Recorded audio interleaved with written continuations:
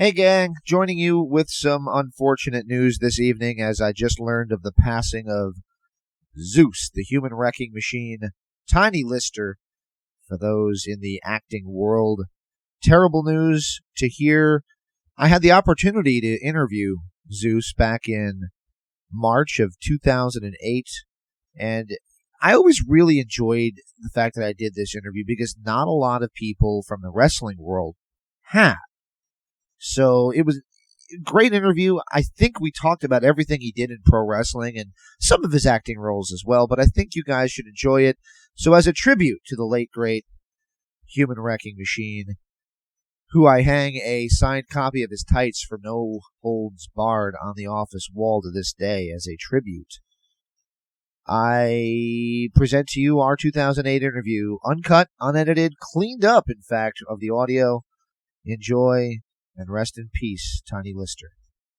Welcome back to the interactive interview here on WrestlingEpicenter.com. On the Newsmaker line, we are being joined by the human wrecking machine, Zeus, also known as Tiny Lister. Tiny, it's a great pleasure to have you on the show. How you doing tonight, sir? Doing blessed. Extremely blessed. Yeah, doing good. It's great to have you on a wrestling show. A lot of fans really, believe it or not, a lot of fans really have been requesting you of late. Looking back at old tapes, I'm sure seeing you obviously in movies that they've seen recently, and it's great to have you on a wrestling show. So basically, what I'm going to ask you first off the bat is, what did you think about getting involved in the wild world of professional wrestling? I mean, when you look back on your career, I'm extremely blessed. I've been doing movies for 25 years. I've done over 130 films, and I've worked with all the greats and every. I want to do a lot more radio spots with y'all. So, but when you look back and see that I done work with an actor, Marlon Brando, the greatest actor in the world. I done work with the greatest rapper in the world, Tupac Shakur, and I got to work with the greatest wrestler in the world, Hulk Hogan. So when you look at my career and watch it span, you say, at every different market, whatever, who was the king, God blessed me to work with the best that ever lived. So I'm extremely blessed, extremely thankful that I got to do this. It's every boyhood dream to be able to mix it up in the WWE. And I thank Vince McMahon so much, because Vince McMahon took care of me just as good as they took care of me on the $100 million films. He gave me carte blanche. He treated me really good. Now, what was it like working with Hulk Hogan? Because on this site, there are a lot of Hogan fans. We all have a lot of respect for the Hulkster. But what was he like working with both on the movie and in the WWF ring? Well, at that time, me and Hulk was rep by even the same person. So we like family. And like I told you, I got to do Tupac Shakur last film, Game Related, with him and Belushi. I got to work with Marlon Brando with Stay That Away and Johnny Depp. I didn't work with everybody from Peter O'Toole. So when you look back, and I didn't work with the greatest directors like Quentin Tarantino, Luc Besson, the late John Beckenheimer, people like that. When you get to work with the best, and they feel like you can, like, there's a lot of people that I guess a lot of people calling about me because the Zeus daughter came back out. Yeah. They didn't make me part of the superstars. Yep. And so I'm in the same situation. They got me and Rock in the same situation, and it's just an awesome situation to tell all the kids that I just want to talk to out of school today. Talk to kids about God, because a lot of kids want to be gangbangers, and a lot of kids go through peer pressure. So I tell them about Jesus Christ. I tell them I grew up in a toughest city in America, Compton, California, and they know this. They know this wrestler was major, like Game, one of the biggest rappers in the world. Sold 5 million units last year. Mm-hmm. He raps about, I want to be gangster like Debo when he was Zeus. So forget the Friday franchise. He wants to talk about the Zeus project. Like Eminem tells me about the Zeus project, and 50 Cent tells me about the Zeus when I was wrestling Hulk Hogan. Everybody told me they was at home watching us wrestle in a steel cage match, and I'm blessed. I am extremely blessed. I never had when I was in high school, I never thought I would be talking about working with the greatest wrestler of all time. Now, so what else can you do? You know. Now, there's a lot of, wrestlers that are out there that, that come up through the independent scene and do all that stuff. And you, because of the movie, you got an opportunity to obviously go straight to the top and all that. Right. Did you feel that WWE did a good job? Obviously, you're not a wrestler by trade. You were an actor that they brought in to do wrestling. And you did a good job. Do you feel that they did a good job maybe protecting what you weren't as familiar with? Yeah, they did. But you got to understand something. Before I was an actor, I was a national shot put champion. We actually talked about me being there a lot longer. And Vince sat down with me one time, and if I had to do it all over again, I would have spent more time wrestling and shut the movie down for at least a year. And see, I was doing both back and forth. And I wish I would have did it. Me and Hogan got together, talked about a comeback, and but then it was I was talking about bringing some of the rappers in that love me, and they come in because we want to bring that hip hop audience. Want to give them a bigger market as hip hop artists, like VH1, MTV, and BET, but it never panned out. And man, I'm just blown away about. They mentioned my name with people like Hulk Hogan, The Rock, Ultimate, the Giant, and Ted DiBiase. Those guys, they took care of me because I was a fish out of water, but I had a lot of athletic ability. Mm-hmm.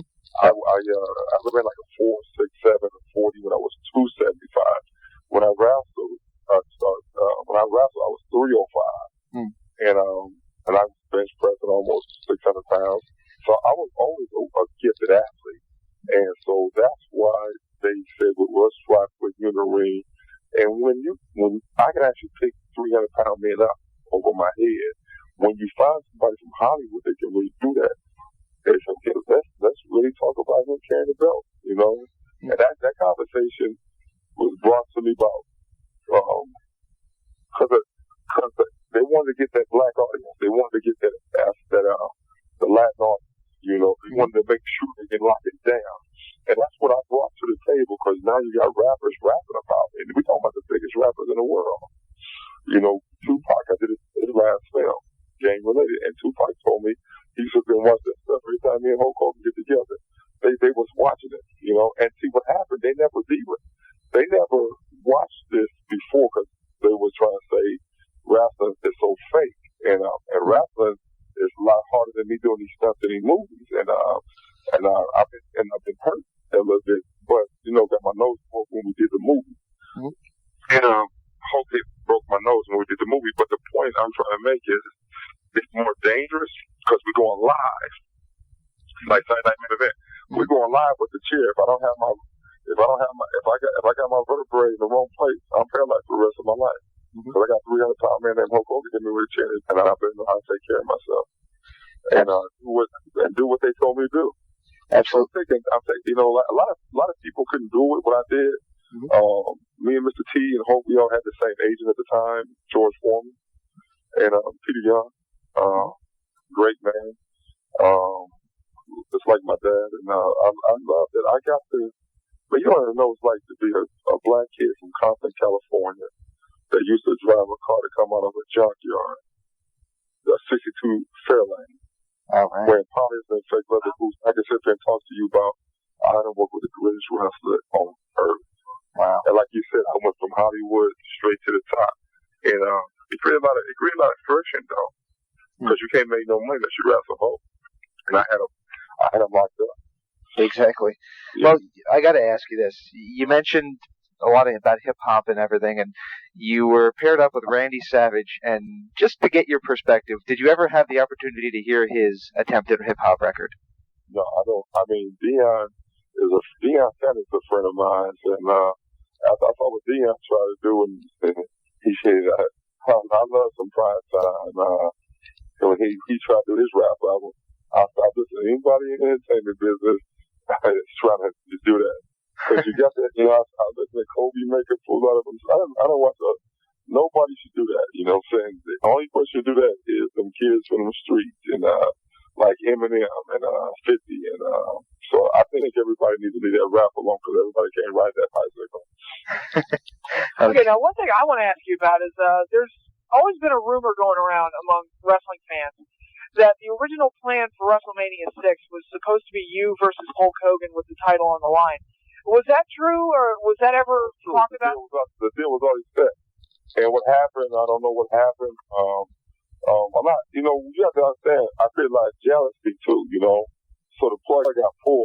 I had $500,000 on the table. The same person broke the same deals, So that was true. Oh. That's why I was trying to tell you. See, what happened, you got to understand something. My focus, you got to understand what my Super Bowl was before I even went to wrestling. My Super Bowl was to do a TV series. Like one of my friends is Ice-T is on Law and Order. Mm-hmm. Ice-T been on Law and Order for a long time. A lot of my friends do TV series. Yep. To me, that's the Super Bowl. Because I get my weekends off. Like I'm doing Gladiators now. Yep. He gets his weekends off. You know what I'm saying? And he can stay in one place. Yep. So that's always been my focus, man, since I've been doing movies for 25 years. I've done a lot of movies, but my focus is not going through immigration and going to do a movie. I got back from Russia doing a film. I was in Bulgaria doing a movie for Sci-Fi Channel, and I was in London doing Batman, The Dark Knight. So I done been all over the world doing movies. I don't even like traveling that much no more. I like staying home. I live on the beach, and I like living on the beach. I like looking at TV and working out and doing films. But I'd like to stay in one place if I could. That was on the table. That was on the table. Hope was going to get paid $2 million. I was going to get paid $500,000. Wow, excellent, man. Yeah. Was in 1989. Exactly. Is there anything on the horizon to bring you to TV? There's talk about a reality show. True TV has got something. Either they're gonna greenlight or they're gonna release it. Where I can go someplace else with it. It's called America's Toughest. Maybe the maybe you can call WWE and get all the fans to call in and we can get something going. So maybe I can do something with Vince one more time. But instead of doing wrestling, we can do a reality show or something. Because Vince took care of me. Mm-hmm. And what you said you heard was the truth. That's as far as I know. You got to understand, when I was wrestling, Barack Muhammad, a boxing promoter, approached me about leaving, trying to basically just betray Vince, and I wouldn't do that. But he still gave me like about, I don't know, he gave me $1,000 to have a conversation on an airplane one time. They was trying to set up, and Barack Muhammad, the handle Razor Ruddock, was trying to set up a boxing match between me and Mark Gastineau. Oh yeah. $1.3 million apiece. And so that's the kind of money they were throwing. You have to understand, I was getting death threats. A lot of African Americans get, Tiger Woods, get them Barry Bonds, these are all people that I know they got death threats. So I rapped with Hulk Hogan. It got real because he then put me in the paper. He said I was a gangbanger and a star and all that stuff. And I'm not a gangbanger, but the self tickets. That's how you do it. Vince is the best promoter I've ever seen. And so it was cool. I've never been a gangbanger, but I heard all the blood in the crib and how to murder people. So when you do a fight with a big white guy and a big black guy, you're gonna make a lot of money. When you put two big black guys, and Vince and Hulk taught me this, when you put two black guys together, you don't make no money. You put two white guys together, you don't make no money. You put a big black guy and a big white guy together, you can make some money. Now, we all remember Mark Gastineau from the New York Jets. If you would have boxed him, who would have won? I'm not going to sit there and try to put nobody down. I'm just thankful, man, that I'm on this radio talking to you. And I was, like I said, I was a national shot put champion. Gerald Green beat my roommate when I was in college. And I was undefeated in the shot put division too. I ran 4.67, and I think Mark Gastineau was a great athlete. But there's a scripture in the Bible, Psalms 139. You lay your bed in hell, Jesus will be there too. I'm from Compton, man. I'm from the mother capital of America. What you think was going to happen? Thanks for LeBron. This is Devo. The kids call me Devo for the hit movie Friday. So what you think? This ain't Peter Pan. I gotta say, hang out at Disneyland. I'm from Compton, man. I'm from hell. What you think gonna happen? Speaking of being from hell, everybody would have got beat up. Speaking of being from hell, one of the favorite movies that I saw you in was Little Nicky. How would you like working with Adam Sandler? Amazing. Like, amazing. He's Adam treats you like everybody. Adam, if you want to know how Adam is, Adam treats you like you as personal family member. So he always looks out for everybody else before he looks out for himself. Wow. And Adam pays a whole lot of money. Adam Sandler pays a whole lot of money to be in his movies. So yeah, like I said, I'm thankful to be where I'm at to work with Adam Sandler. James and I were actually talking about this off the air, but you actually dressed like Zeus in that role. It was on that movie. Oh yeah, you saw a little of Zeus, huh? Yeah. I'll tell you this, though. I'm gonna sit there and not gonna lie to you, but I went in that Zeus shape. Zeus was some pretty awesome shape back then. It was like 305 pounds and probably had like about 12% body fat, 13% body fat, and I was strong. I was actually strong enough to train for the Olympics, and when we did the movie in 1988, I thought about the Olympic trial because there wasn't a lot of black shot putters can do what I can do. Like me and Michael Carter.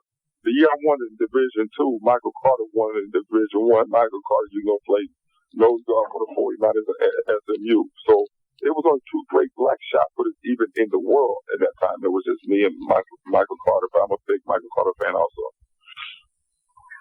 Oh, man. Well, you mentioned that you're going to be in the upcoming Batman movie. Now, what role are you going to play in that movie? I'm going to play a tattoo prisoner. It's going to be if you can, let's get your listeners to go watch Get to One Night with the King. I play Hagar the Prophet with Omar Sharif and Peter O'Toole and John Reese Davis and John Nobles. And so basically, I play like a ratchet up a man. So imagine me being like Chucky. Williams got executed. Chucky Williams. I would be that bad in prison. But it's like there's a thief on the cross. He says, "Lord, remember me." And I play like that. I do wrong my whole life. But the last 2 minutes on earth, I get it right. Take the power away from the Joker, and I give it back to God. Wow. Yeah. So I'm in the movie only for 5 minutes. But it won't be a dry eye in the scene after you see what happens. They say it's one of the 3 most strategic scenes in the film. Wow. Well, I gotta say, I've really been looking forward to this movie, so I'll definitely check it out. Yeah. Now that I know you're in it. Yeah, y'all stay in touch with the talk. Because, like you said, I really want to get back with my wrestling, my fans and let them know I appreciate them. And I don't want to say that because I already got a successful movie career. But wrestling was a great opportunity for me, and I appreciate all the fans I had. Mm-hmm. And if anything I can do by coming out to sign autographs, give a Debo bike away from the movie Friday, or give out one of the Zeus dolls, so let all the promoters know that I would like to come and sign autographs with Zeus, and because the Zeus doll just came out. Yeah, exactly. And I figured, we did a doll with Little Nicky with me and Adam Sandler. Did you? I did that, and Paramount did a doll with me when I did the pilot for Enterprise. I played at Cleon. I did the pilot. They spent $30 million on their pilot. So yeah, I got 3 dolls out there, man. That's really cool, man. That's awesome. Well, I gotta ask you this though. In the movie, you mentioned the Joker, and Heath Ledger just passed away. So, did you ever get a chance to interact with Heath, and what did you think of him? No, I did. They had his stuff recorded, and they just flew back from Chicago. They were shooting the film 3.5 months in Chicago. They flew back. They changed the location back to London, and I flew and did 1 day in London. Then they moved the film to Japan, I think, or something like that. And I never got to work with the great Joker. I went off the Joker, man. I wish, I pray that I miss a great opportunity to meet a great person. Because when you look at him, he's a very deep actor. I've been blessed to work with him. Like I said, Marlon Brando, Gary Oldman, Johnny Depp, De Niro, Peter O'Toole, Omar Sharif.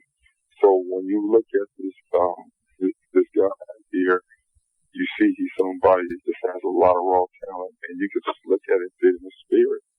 And I always regret when I miss an opportunity to work with somebody that deep. Now, there was a while back we had an opportunity to do an interview with somebody who passed away that was from your wrestling past, and she complimented you to the hilts, and that was Sherry Martel. She thought you were great and said that she wished you would have stuck with it, but you said that you'd rather be pampered a little bit more on the movie set than in the wrestling. And I'll tell you this, and I tell all my wrestling fans, I wish I would have put another year or two in wrestling. Vince came to me, and I was going by what my agents was telling me, and the same agents, and see, my whole, you have to understand, who Pete Young. Pete Young's more like a father, and he's always gonna, keep me protected. I'm a fish out of water. I'm blind in one eye, so anything can happen. You know what I'm saying? And the stakes are real high because if you make a mistake in wrestling, you're in trouble. You know what I'm saying? Exactly. Yeah. And so you got to weigh all the things. And when the WWE put me over as the biggest black guy in Hollywood, the new guy. First you had Mr. T. Peter represents him. So I was a new guy. So I just knew they was going to give me a TV series. I ain't did a TV series yet. I keep doing these movies. So I'm just I really like to do a reality show.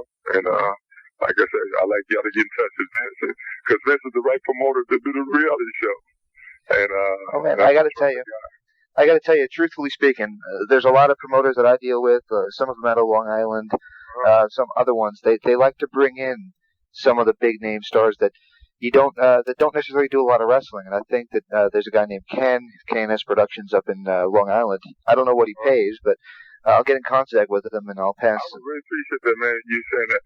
I just said I gave a script to this guy out of Buffalo, New York, and we talking about that. I want to do my whole goal now too is to do a horror franchise because I played the toughest guy in Hollywood for a long time. So a natural progression would be me doing some horror films too, because horror films make a lot of money. And so I'm looking at some stuff out of some people out of Buffalo, New York. Anything that I really appreciate that, my brother. I thank you for having a heart to be a river. The Bible says be a river. I teach the kids that all the time. I go to these schools, and I said, don't be a reservoir, be a river. Transfer. Transfer. Don't try to hold it for yourself. I really appreciate it. I thank God for what you said. That was really beautiful. Oh, well. And me and my wife is pregnant. I've been married for almost 5 years, and this is our first child. And really? So we just trusting God that everything be all right, man. Oh well, congratulations! I didn't even know that. Well, congratulations to you guys. Now, I do want to hit you with one more wrestling question, then we'll let you off the phone. You made a brief appearance in WCW that a lot of people don't remember as the Z-Gangsta. Yeah. And that didn't really seem to go anywhere. It was just the one match. Was there any plans for that to go anywhere? Or? I was doing no, it was really they just wanted to get me over there. I guess at one point Hogan and Vince had a little fallout, because they're like brothers, And so I was just going where Hulk went, and he said you can go make some quick money. And I made one because when you work with Hulk, you make a lot of money. So I was doing a celebrity basketball game in LA at Cal LA, where my university is. They have a track meet down in my name later this month in March. Wow. They're gonna have the Tommy Lifted Classic, and they've been having it every year for about the last 8 years. And I had a basketball game with Magic Johnson and to raise money for West Angeles Church Building Fund and for the scholarship program for Cal LA. And I had everybody from Denzel, Jada Pinkett, I had everybody would be at my game. And I told her that the athletic director, I can't be at my game. I got to get up and go wrestle Hulk Hogan. and I'm going to get slapped in the head with a frying pan. But I had to go get that money because that money, man, nobody pays like the WWE. The WCW, they paid me really good that time. So it's a blessing.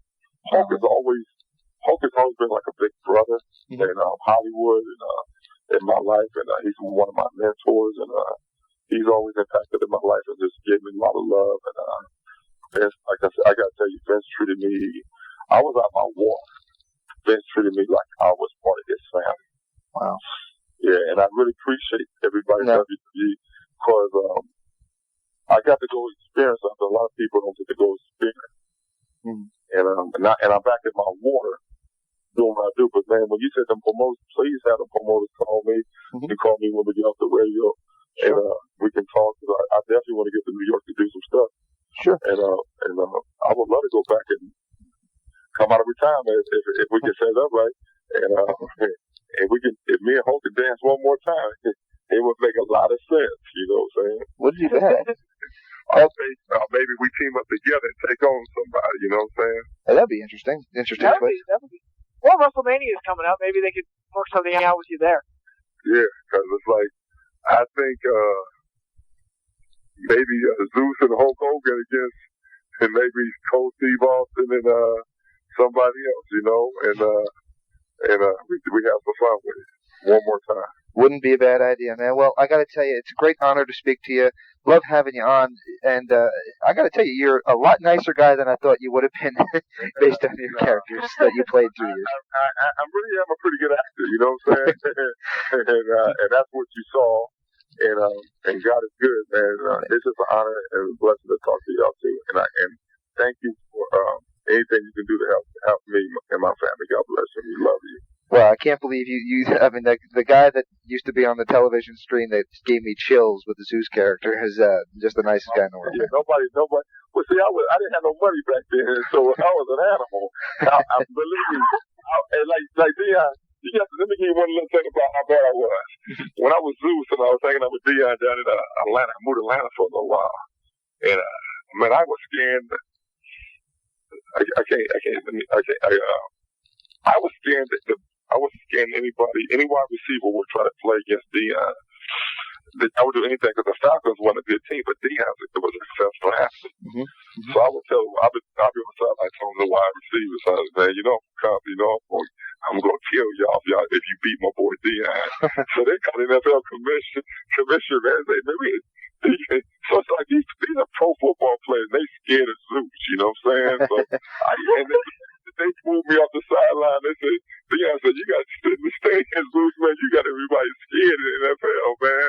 And Dion told me that. I spent 5 Christmas with Dion saying that. And he said, Zeus, man, you were the baddest thing in the world, man, because you had everybody scared. And that was nice to hear an all-pro football player of his magnitude tell me how intimidated I had everybody. You know, there's another thing when Suge Knight tells you, man. Suge Knight said, you had everybody on their heels. You have everybody on their heels. And that's it lets you know what kind of love and respect you got out there in other world. All right, man. Well, we wish you the best of luck, and thank you again for coming on the show. Love you, man. God bless you.